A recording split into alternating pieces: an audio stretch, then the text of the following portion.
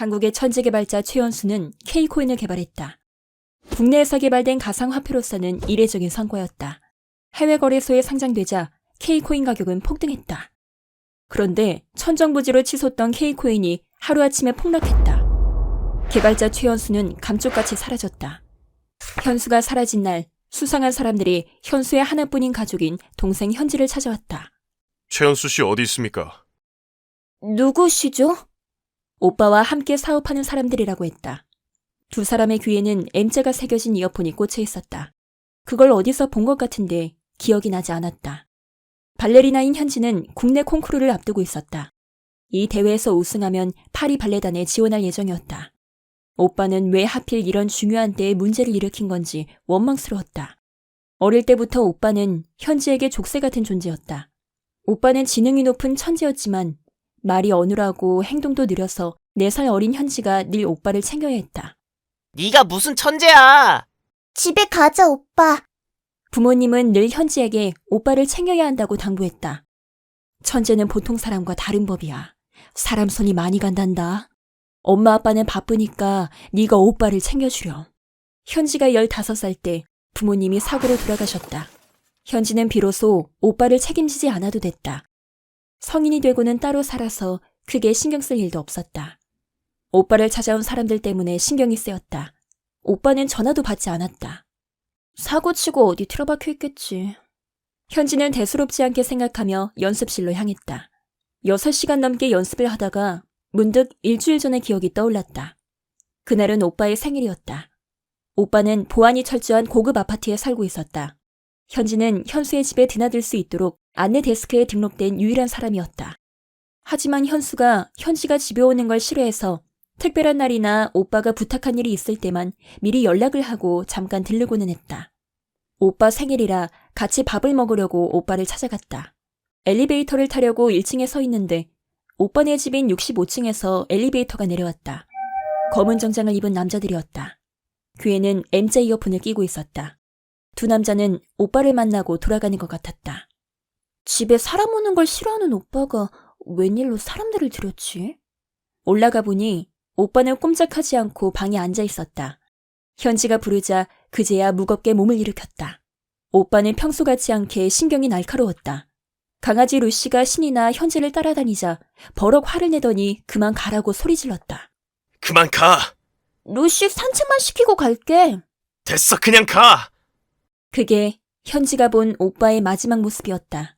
오빠에게서는 여전히 아무런 연락이 없었다. 현지는 점점 초조해졌다. 정말 오빠에게 무슨 일이 생긴 건 아닐까? 어느 날 모르는 번호로 전화가 걸려왔다.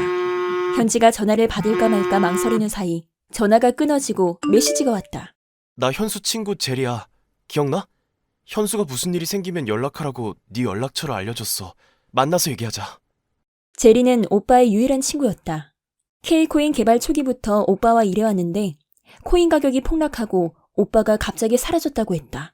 투자자들이 가만히 있지 않을 거야. 현수가 위험해. 우리가 현수를 찾아서 도와줘야 해. 현수 집에 무슨 단서라도 있을 거야. 제리도 의심스럽긴 마찬가지였지만 다른 방법이 없었다. 두 사람은 함께 현수 집에서 현수의 실종과 관련된 단서를 찾아보기로 했다. 집에 들어가 보니 강아지 루시와 루시 집이 없어져 있었다.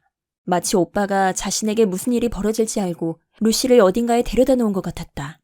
집안에 설치된 커다란 모니터에는 집안 곳곳은 물론 엘리베이터, 1층 로비까지 비추는 CCTV 영상이 켜져 있었다. 오빠는 왜 이렇게까지 경계를 한 거지? 현지와 제리는 밤을 새워 CCTV를 돌려봤다. 하지만 어떤 단서도 찾을 수 없었다. 오빠는 마치 증발된 것처럼 사라졌다. 현지가 현수의 집에 다녀온 뒤로 현지를 미행하는 사람들의 수는 더 늘어났다.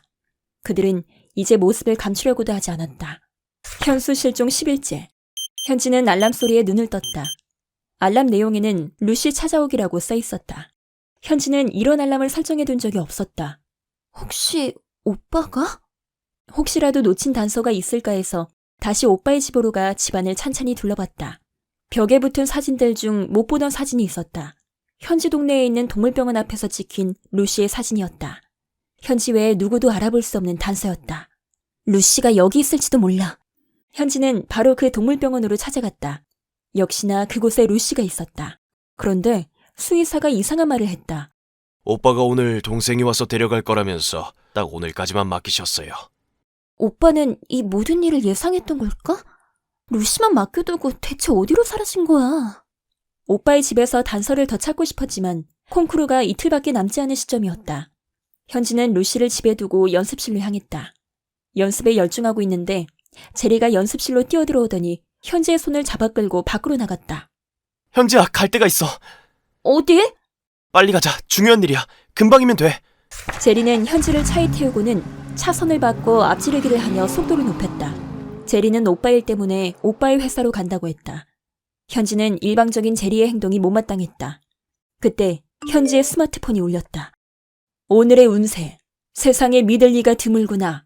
특히 서남방으로의 외출을 조심하라. 이게 뭐지? 웬 오늘의 운세? 현지는 고개를 갸웃거렸다. 그러는 사이 제리가 회사 근처에 차를 세웠다. 그때 현지의 스마트폰이 또 울렸다. 운세 메시지였다. 오늘의 운세. 아는 사람도 다시 보라. 저희 도착했습니다. 지금 올라가겠습니다. 제리는 로비에서 누군가에게 전화를 걸었다.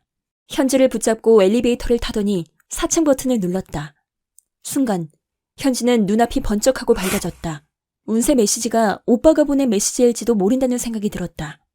띵 소리가 나며 엘리베이터가 열렸다.